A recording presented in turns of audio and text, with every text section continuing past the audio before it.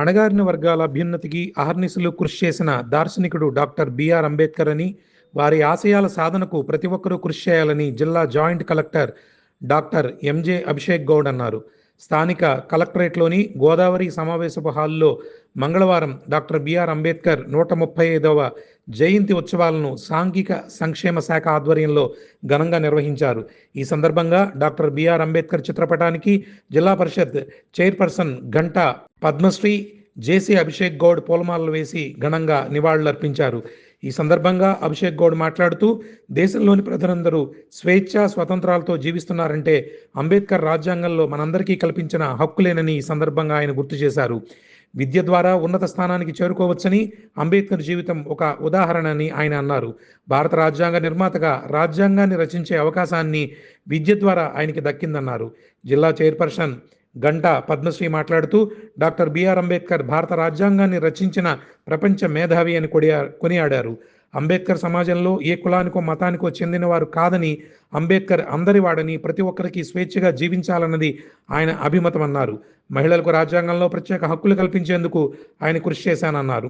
ఈ కార్యక్రమంలో incharge DRO Devakidevi, RDO Kishore, DRDA PD Vijayalakshmi, సాంఘిక సంక్షేమ శాఖ joint director Vishwamohan Reddy, SETWEL CEO Prabhakar, SC corporation ED Mukkanti, SDC Bhaskar, schedule కులాల సంఘ నాయకులు దేవరకొండ వెంకటేశ్వర్లు, మొండే సంతోష్, మేతరాజయ్, పల్లెల చంటి, బయ్యారపు రాజేశ్వరరావు, నేతల రమేష్, పొలిమేర హరికృష్ణ ప్రభుత్తులు పాల్గొన్నారు. ఈ సందర్భంగా ఎస్సీ కార్పొరేషన్ డిఆర్డీఏ ద్వారా మహిళలకు 136.64 కోట్ల రూపాయల రుణాలను జిల్లా పరిషత్ చైర్పర్సన్ గంటా పద్మశ్రీ, జేసీ అభిషేక్ గౌడ్లు అందించారు. అంబేద్కర్ అందరివాడు, అందరి కోసం, అందరూ సమానమే ప్రపంచంలో అనే ఉద్దేశంతో ఆయన పనిచేశారు. ముఖ్యంగా స్త్రీల కోసం, మహిళలు ప్రత్యేకంగా సభలు పెట్టేవారు, మీటింగులు పెట్టేవారు, మహిళల కోసమే ఎక్కువగా మాట్లాడేవారు, పోరాటం చేసేవారు. ఈరోజు నేను ఇక్కడ మాట్లాడగలుగుతున్నానంటే ఉద్యోగస్తులు ఎంతో మంది మహిళలు తన స్వేచ్ఛగా తిరిగి ఉద్యోగం చేసుకోగలుగుతున్నారంటే దానికి ముఖ్యమైన కారణం మన అంబేద్కర్ అని మనం ఎంతో గర్వంగా, మన మహిళలందరూ కూడా గర్వంగా చెప్పుకోవాల్సిన రోజు ఈ రోజు. అక్కడ అంబేద్కర్ కాంట్రిబ్యూషన్ అనేది ఉంటుంది. ఒక స్ట్రాంగ్ ఫౌండేషన్ అనేది మనకి ఇచ్చారు. ఎస్పెషలీ అది చేయడానికి, ఎస్పెషలీ ఫ్రమ్ దట్ స్టేజ్ ఇప్పుడు అందరూ త్రూఅవుట్ కంట్రీ కాకుండా త్రూఅవుట్ వరల్డ్ మనకి ఎందుకు గుర్తు పెట్టుకుంటారంటే ఎడ్యుకేషన్ నుంచి ఏదైనా సాధించవచ్చు అన్నది. ఆ ఎడ్యుకేషన్ ఆ టైంలో కూడా వాళ్ళు అబ్రాడ్ వెళ్ళి చదివి లా నేర్చుకొని మొత్తం అన్ని, అంటే ప్రీ ఇండిపెండెన్స్ లో ఈ was one of the major, అంటే ఫ్రీడమ్ ఫైటర్. మనకి ఇండిపెండెన్స్ రావడానికి మేజర్ ఒక పర్సన్ కాంట్రిబ్యూషన్ కూడా వాళ్ళది ఉంది. అది కాకుండా పోస్ట్ ఇండిపెండెన్స్ రీఆర్గనైజేషన్ లో కూడా అంబేద్కర్ గారు కాంట్రిబ్యూషన్ ఇస్ ఇమ్మెన్స్.